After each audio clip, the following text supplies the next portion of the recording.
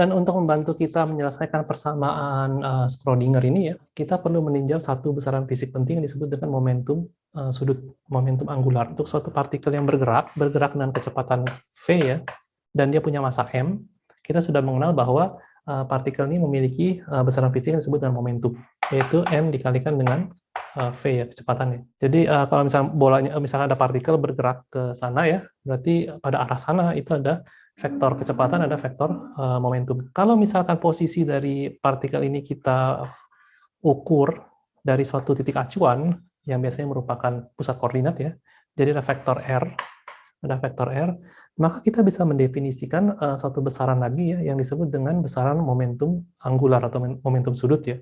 Biasa dibahas dalam gerak rotasi. Jadi pergerakan elektron di sekitar inti itu bisa dipandang sebagai suatu gerak rotasi ya. Kalau vektor posisi ini, kemudian vektor momentum ini kita hubungkan ya, terus kita membentuk suatu bidang datar ya. Jadi ini misalkan ini sumbu Z ya, terus ini adalah sumbu X, ini sumbu Y ya, sumbu E, ini sumbu X. Nah ini kalau misalkan posisi elektron di sini, terus kecepatannya ke sana. Nah ini kalau kita buat bidang datar ya, kita selalu bisa menarik ya suatu garis yang tegak lurus dengan bidang datar tersebut, garis yang tegak lurus terhadap bidang datar ini ya. Dan ini kemudian yang disebut dengan besaran momentum angular. Jadi definisinya adalah momentum sudut itu adalah hasil perkalian ya, hasil perkalian vektor antara R dengan posisi ya, vektor posisi dengan vektor momentum linear. Jadi vektor posisi itu dinyatakan dengan X, terus Y, dan Z ya. Nah, vektor momentum linear itu dinyatakan dengan momentum pada sumbu X, momentum pada sumbu Y, kemudian momentum pada sumbu Z ya. Momentum angular itu juga memiliki komponen di bidang komponen di sumbu X, kemudian komponen di sumbu Y, dan komponen di sumbu Z ya. Jadi bisa kita pecah juga dia menjadi komponen LX, LZ gitu ya, kemudian komponen LX dan komponen LY. Lebih mudah ya, perkalian vektor itu kita nyatakan dalam bentuk determinan ya. Determinan jadi I, terus J, terus K ya. Kemudian vektornya si R, itu X, Y sama Z. Kemudian vektornya P, berarti PX, PY, dan PZ ya. Nah, dari determinan ini berarti kan kita bisa lihat ya untuk yang I ya. Yang I itu Y sama PZ. Y, PZ ya. Kemudian kalau kita lihat sebelah diagonal sebelah kirinya, itu berarti Z sama PY ya. Berarti dikurangi dengan Z, PY. Ini untuk yang I ya, untuk yang J-nya Z dikalikan dengan PX ya. Z dikalikan PX dikurangi dengan X dikalikan dengan PZ ya, J. Dan sebenarnya tanpa perlu melihat ini, kita juga bisa melihat sini, kalau di sini Y, X sama itu, berarti kan ini antara X dengan, X sih? X dengan PY ya, X dengan PY dikurangi dengan Y dengan PX ya, untuk yang elemen K-nya, untuk elemen Z-nya ya. Nah ini adalah L. Nah, kalau kita bandingkan nih ya, berarti LX itu adalah ini. Jadi LX ini adalah ini. Terus LY, komponen momentum sudut pada sumbu Y itu adalah ini. Kemudian LZ, komponen momentum sudut ya pada sumbu Z adalah ini. Di dalam mekanika kuantum ya, kalau kita ingin mendapatkan besarnya momentum sudut pada sumbu X maupun sumbu Y maupun sumbu Z, berarti kita butuh operator ya, operator yang bisa dioperasikan ke fungsi gelombang, sehingga kita mendapatkan nanti besaran dari momentumnya sebagai nilai eigen dari operator tersebut. Pada prinsipnya kita bisa mengkonstruksi operator ya dari besaran fisik ini dengan cara ya tinggal kita ubah aja ini semua menjadi operator ya. Operator dari posisi itu adalah posisi itu sendiri ya. Jadi operator dari X adalah X sendiri, operator dari Y adalah Y itu sendiri. Sedangkan operator dari momentum itu adalah minus I A coret misalnya D per dx di sini ya. Dari sini kita bisa menulis bahwa Lx ininya jadi PZ sama PY ini berarti minus IH D per DY, minus IH D per DZ ya. Jadi ini bisa kita tulis minus IH, kemudian operator dari posisi itu adalah posisi itu sendiri, Y, kemudian dari PZ itu yang tertinggal adalah diferensial terhadap Z ya, dikurangi dengan Z, D dari DY. Operator LY, LZ, itu caranya sama seperti ini, hanya beda kombinasinya. Kalau ini kan Z dengan diferensial X. Kemudian kalau yang Z ini adalah X dengan diferensial terhadap Y ya. Vektor ini adalah vektor posisi. Tapi besarnya R sendiri itu adalah R kuadrat ya. R kuadrat sama dengan X kuadrat plus Y kuadrat plus Z kuadrat ya. Demikian juga dengan momentum ya. Momentum itu juga P kuadrat ya. Itu adalah PX kuadrat plus PY kuadrat plus PZ kuadrat. Nah, sama dengan itu, kalau L inilah vektornya, kalau besarnya vektor L atau momentum sudut, berarti L kuadrat itu adalah Lx dikuadratkan ditambah dengan Ly dikuadratkan ditambah dengan Lz dikuadratkan. Nah, dari sini juga sama, kalau kita butuh besarnya kuadrat dari momentum sudut ya, utuh, maka kita perlu mencari operator ya, mencari operator L kuadrat, supaya nanti kalau kita operasi dengan fungsi gelombang, kita dapat besarnya kuadrat dari momentum sudut ini sebagai nilai eigen. Kalau kita butuh ini, kalau kita butuh operatornya, kita tinggal menjadikannya operator ya. Dan kita sudah punya ini ya, Lx kuadrat, Ly kuadrat, Lz kuadrat itu dari sini. Nah ini. Jadi tinggal dimasukkan semua ke sini, kita dapat kita dapat operator untuk L kuadrat yang bisa digunakan di sini. Kita perlu mengubah semua ini ya, ini menjadi koordinat bola. Karena kita akan bekerja dengan koordinat bola. Kita punya D per dx yang harus diubah menjadi koordinat bola, karena di sini X ya. Nah, kita juga punya D per dz, kita punya D per dy. Ini juga harus diubah menjadi koordinat bola ya.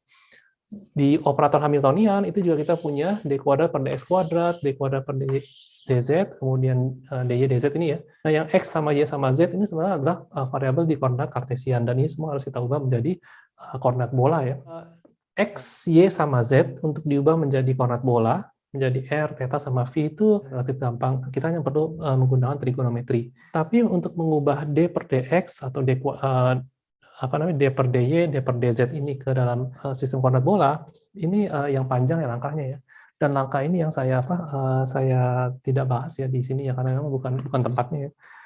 Saya pikir di matematika lebih tepat lah untuk membahas mengenai bagaimana transformasi untuk d per dx, d per dy, d per dz menjadi turunan dengan variabel di koordinat bola. Tapi kita ambil hasil akhirnya aja ya.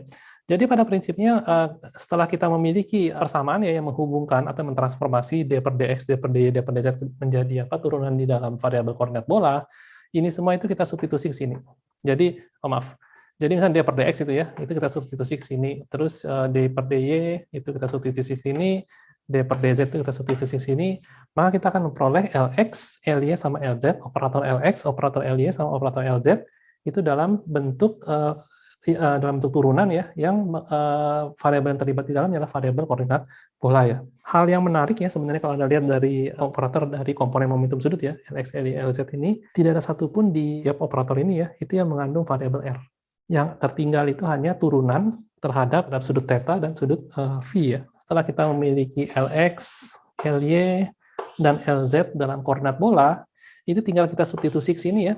Kita substitusi ke sini Lx, Ly, Lz untuk memperoleh operator kuadrat dari momentum sudut dalam sistem koordinat bola. Dan sama ya, karena komponen tidak mengandung R, operator dari kuadrat momentum sudut ini juga tidak mengandung variabel R. Ya. Dengan dx, dy, dan dz yang kita peroleh yang dinyatakan dalam sistem koordinat bola tadi, ini kalau ini semua kita substitusi ke dalam sini, ke dalam operator Hamiltonian ini ya, maka kita bisa mendapatkan operator Hamiltonian itu dinyatakan dalam variabel koordinat bola. Jadi X, Y, Z ini semua digantikan oleh R, theta, dan V ya. Kita akan dapatkan ekspresi operator Hamiltonian itu hanya mengandung variabel dari koordinat bola, sehingga bisa kita gunakan untuk menyelesaikan persamaan Schrödinger untuk sistem yang menggunakan koordinat bola ya. Kenapa tiba-tiba kita membahas mengenai besaran fisik yang namanya momentum sudut ini? Pertama ya, momentum sudut itu merupakan fondasi nanti ya yang akan kita gunakan untuk membahas mengenai spin. Spin itu bisa kita analogikan sebagai momentum sudut tapi intrinsik, dan itu pun abstrak. Paling tidak pemahaman kita tentang momentum sudut dan operator-operatornya itu kemudian nanti itu ditransfer untuk kita membahas mengenai spin elektron ya. Yang kedua itu adalah operator L kuadrat, operator dari Lx atau Ly atau Lz ini mereka memiliki sifat komutasi. Jadi untuk dua operator yang saling berkomutasi, kita bisa menemukan satu set lengkap ya fungsi eigen yang bisa menjadi fungsi eigen bagi keduanya. Misalkan LZ gitu ya, LZ dengan operator Hamiltonian. Operator LZ dengan operator Hamiltonian itu dia saling berkomutasi. Jadi untuk sistem yang energi potensialnya tergantung pada jarak pisah antara dua partikel tadi ya, itu operator LZ dengan operator Hamiltonian itu saling berkomutasi. Artinya kita bisa menemukan suatu fungsi gelombang yang bisa menjadi fungsi eigen bagi operator Hamiltonian sekaligus fungsi eigen bagi operator LZ sekaligus. Nah, konsekuensinya adalah karena kita bisa menemukan satu fungsi eigen yang bisa menjadi fungsi eigen bagi dua operator sekaligus, maka kita bisa mendapatkan besaran fisik ya, besaran fisik yang berasosiasi dengan operator tersebut. Dalam hal ini operator Hamiltonian itu adalah energi, LZ itu berarti adalah komponen momentum sudut pada sumbu Z, itu bersamaan. Nah, kemudian operator Hamiltonian itu juga berkomutasi dengan L kuadrat. Jadi operator Hamiltonian dengan operator kuadrat dari momentum sudut itu juga saling berkomutasi. Kalau kita menemukan fungsi gelombang yang merupakan fungsi eigen bagi L kuadrat ini, fungsi tersebut itu juga merupakan fungsi eigen bagi operator Hamiltonian. Berarti di sini LZ itu juga sebenarnya berkomutasi dengan operator L kuadrat. Jadi H, L, sama LZ ini sebenarnya ketiganya saling berkomutasi. Berarti kita bisa menentukan energi komponen momentum pada sumbu Z, momentum sudut ya, kemudian kuadrat dari momentum anggular ya, itu secara bersamaan. Pada saat yang bersamaan kita bisa menentukan ketiganya sekaligus. Nah, yang menarik itu adalah ternyata antara Lx dengan Ly itu tidak saling berkomutasi. Antara Ly dengan Lz itu tidak saling berkomutasi. Lx dengan Lz juga sama, tidak saling berkomutasi. Artinya kita tidak bisa menentukan ketiganya sekaligus ya, atau salah duanya sekaligus itu tidak bisa.